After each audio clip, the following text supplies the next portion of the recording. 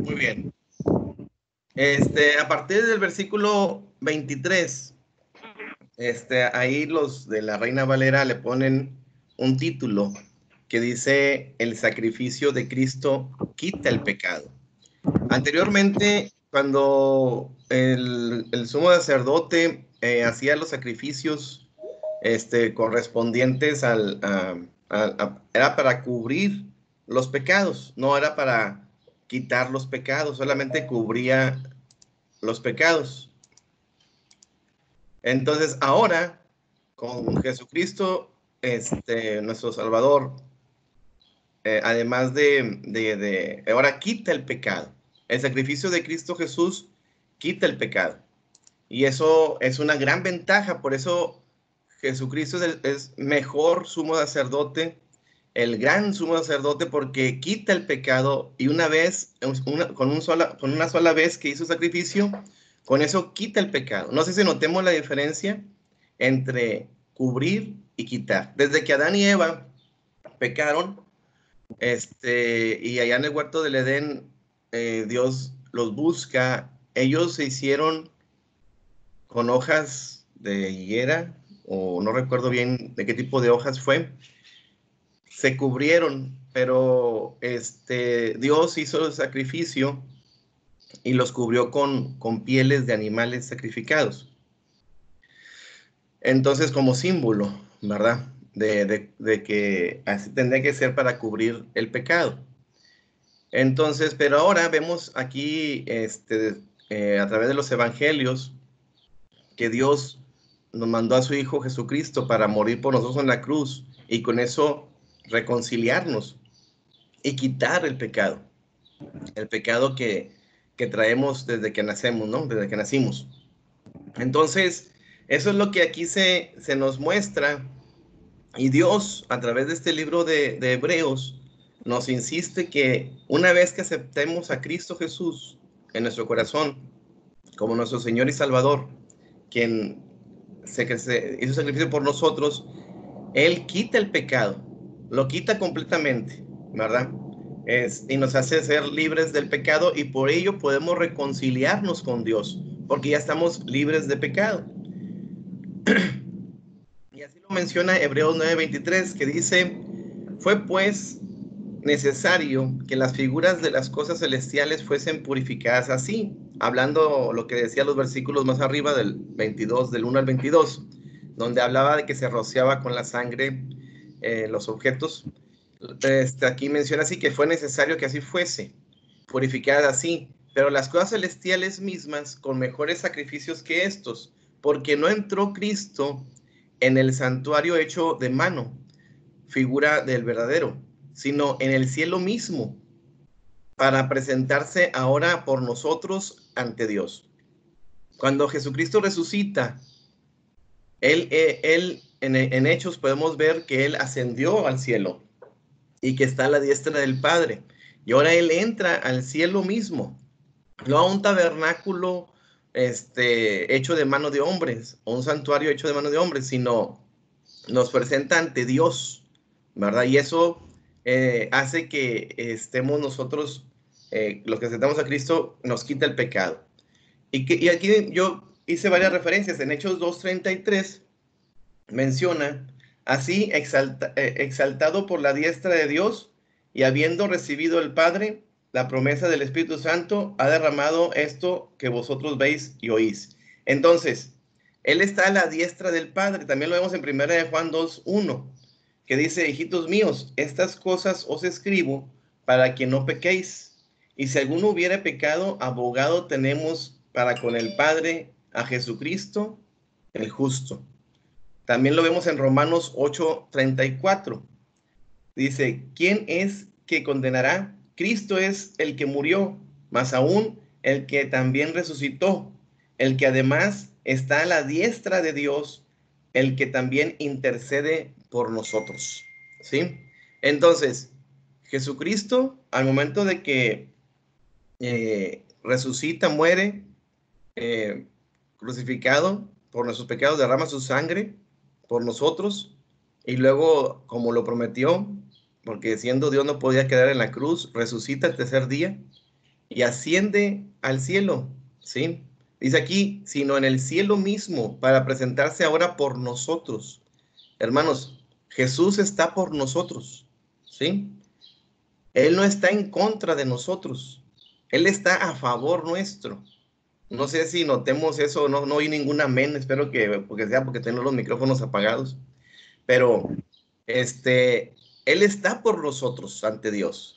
Tenemos alguien que intercede por nosotros, tenemos un abogado que intercede por nosotros, tenemos alguien que ya pagó el precio por nosotros.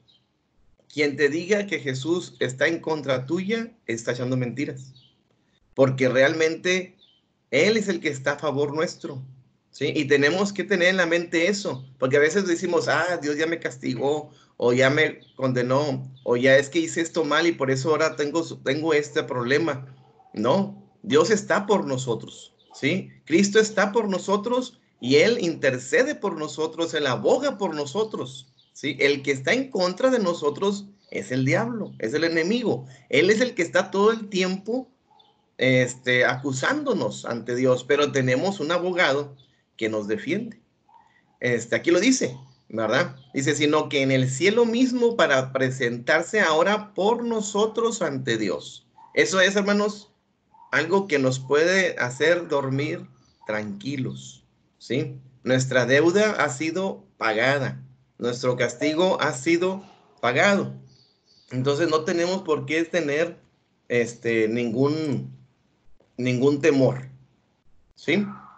Muy bien, entonces, con esta confianza continuamos en los más versículos porque es algo muy importante el recordarnos esto, que tenemos a Jesús de nuestro lado, ¿sí? Es alguien que está por nosotros ante Dios. Continuamos ahí con el versículo 25. Y no para ofrecerse muchas veces, como entra el sumo sacerdote en el lugar santísimo cada año con sangre ajena. De otra manera, le hubiera sido necesario padecer muchas veces desde el principio del mundo, pero ahora, en la consumación de los siglos, se presentó una vez para siempre por el sacrificio de sí mismo para quitar de en medio el pecado. Nuevamente aquí Dios nos está diciendo a través de este libro de Hebreos, ¿verdad? Que su sacrificio no fue con sangre ajena, fue con sangre suya, ¿sí? Fue un sacrificio de sí mismo. Y el objetivo principal era quitar de en medio el pecado. Lo que estorbaba en nuestra relación con Dios, lo que quitaba esa comunión con Dios, Cristo Jesús, con su sacrificio, con su sangre derramada, lo quita de en medio, ¿sí? Lo quita y lo quita una vez y para siempre, ¿sí? Aunque nosotros ya lo hemos visto en los versículos anteriores, en los capítulos anteriores, que Dios nos ha creado para hacer buenas obras. Toda buena obra que nosotros hacemos es como un trapo de inmundicia, lo vemos. Entonces son necesarias y la fe sin obras es muerta, estamos de acuerdo en ello. Y somos creados para hacer buenas obras, pero la obra de Cristo es la que quita el pecado del medio, ¿sí? Muy bien, y aquí puse algunos versículos como en la filmina anterior, en Juan 1:29, dice en cuanto a Jesucristo, el siguiente día vio Juan a Jesús que venía a él y dijo, he aquí el Cordero de Dios que quita el pecado del mundo. No dice que lo cubre, dice que quita el pecado del mundo, ¿sí? Y él murió y murió por todos. No nomás por algunos, por todos, pero obviamente tenemos que aceptarlo, y nomás para aquellos que lo aceptemos nos quita el pecado. En 1 de Juan 3, del 4 al 6, dice, todo aquel que comete pecado infringe también la ley, pues el pecado es infracción de la ley. Y sabéis que Él apareció para quitar nuestros pecados. ¿Sí? ¿Para qué apareció? Para quitar nuestros pecados. Y no hay pecado en Él. Todo aquel que permanece en Él no peca. Todo aquel que peca no le ha visto ni le ha conocido. Entonces, por un lado, tenemos la gran certeza de que el sacrificio en la cruz de nuestro Señor Jesucristo, el Hijo de Dios, quien está a la diestra del Padre, nos quitó todo pecado. ¿sí? Pero eso no nos da permiso para vivir en el pecado. Al contrario, eso mismo nos motiva ahora a evitar vivir en el pecado. No digo que no vamos a pecar nunca, sabemos que eso hasta que estemos en el cielo, pero ya nuestra nueva naturaleza, que ahora tenemos un nuevo nacimiento en Cristo, nos hace vivir de una manera diferente, no en el pecado. Si vivimos todavía en el pecado, pecando voluntariamente y pecando vamos, cotidianamente, entonces quiere decir que Cristo muy seguramente todavía no está en nosotros, ¿sí? Entonces, cuando Cristo está en nosotros, Él quita el pecado y nos regenera, y entonces nos hace vivir de una manera distinta. En Hechos 8:12 dice, porque seré propicio a sus injusticias y nunca más, en Hebreos, perdón, es Hebreos, y lo vimos hace como unos 3 semanas. Dice, nunca más me acordaré de sus pecados y de sus iniquidades. El sacrificio en la cruz, hermanos, borra, ¿sí? Ya lo quita, ¿verdad? Y es por eso que ya nunca más se acuerda Dios de nuestros pecados, iniquidades. ¿Quién dice amén? Amén. Amén, amén. Hebreos 10:17. Amén. El próximo capítulo que vamos a leer, o que vamos a meditar, es el capítulo 10. Y añade, y nunca más me acordaré de sus pecados y transgresiones. Lo dice en el capítulo 8, lo menciona que quita el pecado en el capítulo 9, y en el capítulo 10 que vamos a ver, si Dios lo permite, también dice, nunca más me acordaré de sus pecados. Nosotros a veces sí nos acordamos, ¿verdad? Y más de los ajenos, ¿verdad? Yo si veo que Arturo peca, no se me olvida, ¿verdad? Que yo peque, se me olvida fácilmente, ¿va? O que cualquiera, siempre acusamos a los demás, ¿verdad? Y siempre recordamos los pecados de los demás, pero Dios no es así. Bendito sea Dios, ¿verdad? Dios no es así. Dios dice que nunca más se va a acordar de nuestros pecados. Amén. Y en esta última diapositiva, continúo con el versículo 27. Dice, y de la manera que está establecido para los hombres, que muera una sola vez y después el juicio. Así también Cristo fue ofrecido una sola vez para llevar los pecados de muchos, y aparecerá por segunda vez sin relación con el pecado para salvar a los que le esperamos. Amén. Aquí dice para los que le esperan, pero yo puedo decir para los que lo esperamos porque lo estamos esperando. Amén. Entonces, aquí dice que Cristo vendrá una segunda vez. Ya vino. Va a ser el mismo Cristo. El Cristo que vino aquella vez y murió por nosotros, vendrá por segunda vez y se aparecerá por segunda vez sin relación con el pecado. Ahora, ¿sí? Para salvar a los que le esperan. Ahora, dice aquí que habrá un juicio, ¿sí? Y vemos que a todos los que hemos aceptado a Cristo estaremos ante el tribunal de Cristo, ¿sí? Lo vemos ahí en 2 Corintios 5:10, porque es necesario que todos nosotros, ¿verdad?, comparezcamos ante el tribunal de Cristo, para que cada uno reciba según lo que haya hecho mientras estaba en el cuerpo, sea bueno o sea malo, ¿sí? Hay dos tribunales, el tribunal de Cristo que estamos viendo ahorita y el gran trono blanco. Nosotros los cristianos estaremos ante el trono de Cristo para recibir según lo que hayamos hecho mientras que estamos en el cuerpo, sea bueno o sea malo. Y ya le encontré más sentido, y voy a poner aquí un versículo, que ese viene de propina, es gratis, en Romanos 14:10, que dice, pero tú, ¿por qué juzgas a tu hermano? ¿O tú también, por qué menosprecias a tu hermano? Porque todos compareceremos ante el tribunal de Cristo, ¿sí? Entonces, ¿por qué digo que es gratis? porque realmente ahorita no está mucho en el tema, pero lo encontré buscando Tribunal de Cristo. Y a veces nosotros nos afanamos juzgando a nuestros hermanos y criticamos al que no va, al que sí va, al que hace, al que no hace, y nos la pasamos juzgando, como es aquí. Y si leemos todo, si leen todo el capítulo 14 de Romanos, habla de eso. Pero aquí nos cuestiona Pablo, ¿va? Dice, pero ¿por qué juzgas a tu hermano? ¿O por qué lo menosprecias? Si como quiera todos vamos a estar ante el tribunal de Cristo. Y en el tribunal de Cristo vamos nosotros a recibir lo que hayamos hecho en el cuerpo, sea bueno o sea malo. O sea, el que juzga es Cristo. Nosotros no tenemos para qué andar juzgando y diciendo, oye, este sí hace, este no hace, mira aquel o mira aquel otro. Lo que nosotros debemos de ver es nosotros. ¿Qué vamos a recibir? Porque vamos a recibir nosotros también, vamos a estar ante el tribunal de Cristo y según lo que hagamos hecho en el cuerpo, sea bueno o sea malo. Entonces dediquémonos a lo bueno, hermanos. Dediquémonos a hacer nosotros y los demás, ellos van a ser también, ellos también van a comparecer ante el trono de Cristo. Ellos en su forma independiente van a comparecer. Nosotros o yo voy a comparecer ante el tribunal de Cristo, solo. ¿Sí?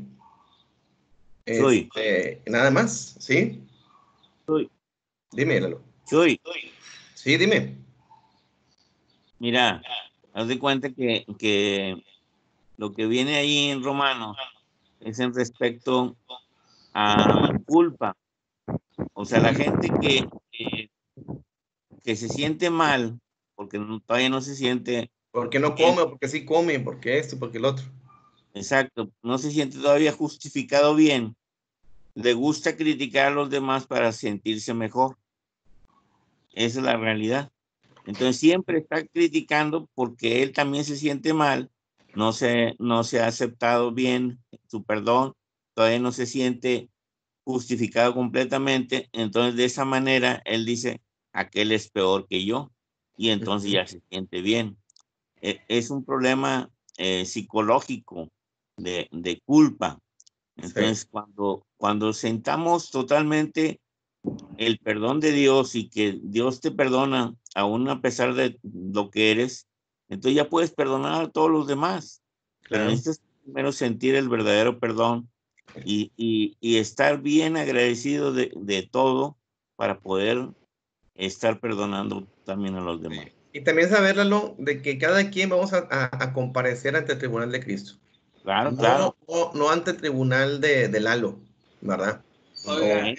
¿Verdad? perdónenme que me interrumpa, pero quiero comentar esto, ¿verdad? El perdón de Dios no es psicológico, hermano Hilario. Ujú. No es No, no es psicológico, psicológico, es pero real, ¿verdad? Pero ellos, sí lo tienes que, lo sí que lo tienes menciona que Lalo, aceptar. lo que menciona Hilario, a lo mejor es porque como quiera la gente quiere como que autojustificarse y a lo mejor exactamente es lo que también menciona Lalo, no han sido perdonados al 100%, o sea, ellos no han este, Creído creído exactamente, así es, en el en el perdón completo. perdón. Porque si lo creyeran al 100%, ellos también perdonarían. Eso es lo que, como quiera, lo que tú estás diciendo, Lalo. Sí. Muy bien, esto luego me salió un poquito del tema, y más porque venía el tribunal de Cristo, y porque aquí menciona que una vez que muramos, dice después de esto, juicio, ¿sí? Pero para nosotros los creyentes sería ante el tribunal de Cristo. Hay otro, que viene en Apocalipsis, y con eso termino, para darle tiempo a ustedes. Dice en Apocalipsis 20, versículo 11, y vi un gran trono blanco al que estaba sentado en él, y de delante de él cual huyeron la tierra y el cielo, y ningún lugar se encontró para ellos. Y vi a los muertos, grandes y pequeños, es decir, reyes y no reyes, y a lo mejor siervos, grandes y pequeños, de pie ante Dios. Y dice, y los libros fueron abiertos. Esos libros, hermanos, son los que ya, en los que aceptamos a Cristo, ya fueron quitados, porque los que no han aceptado a Cristo, sus pecados siguen escritos. Dice, y otro libro fue abierto, el cual es el libro de la vida. y fueron juzgados los muertos por las cosas que estaban escritas en los libros, según sus obras. Y el mar entregó a los muertos que había en él, y la muerte y el Hades entregaron a los muertos que había en ellos, y fueron juzgados cada uno según sus obras. Y la muerte y el Hades fueron lanzados al lago de fuego, esto es, la muerte segunda. Y el que no se halló inscrito en el libro de la vida fue lanzado al lago de fuego. Entonces, hermanos, nuestra mortificación, más que de los que ya están en Cristo, es los que no están en Cristo. En vez de autocriticarnos nosotros, ¿verdad? Así como dicen Romanos, que por qué juzgamos a nuestro hermano o por qué lo menospreciamos. Entre nosotros debe de haber una armonía total y debe de haber una preocupación por los que no están escritos en el libro de la vida. Porque ellos sí, ellos ya van al lago de fuego, ¿verdad? Ellos van a morir y luego después el juicio. Entonces es muy importante que busquemos siempre alcanzar a aquellos quienes aún todavía no tienen a Cristo, ¿verdad? Dios bendiga. Sí. Sí. Y los busca uno no para juzgarlos otra vez, Claro. sino para decirles que son perdonados.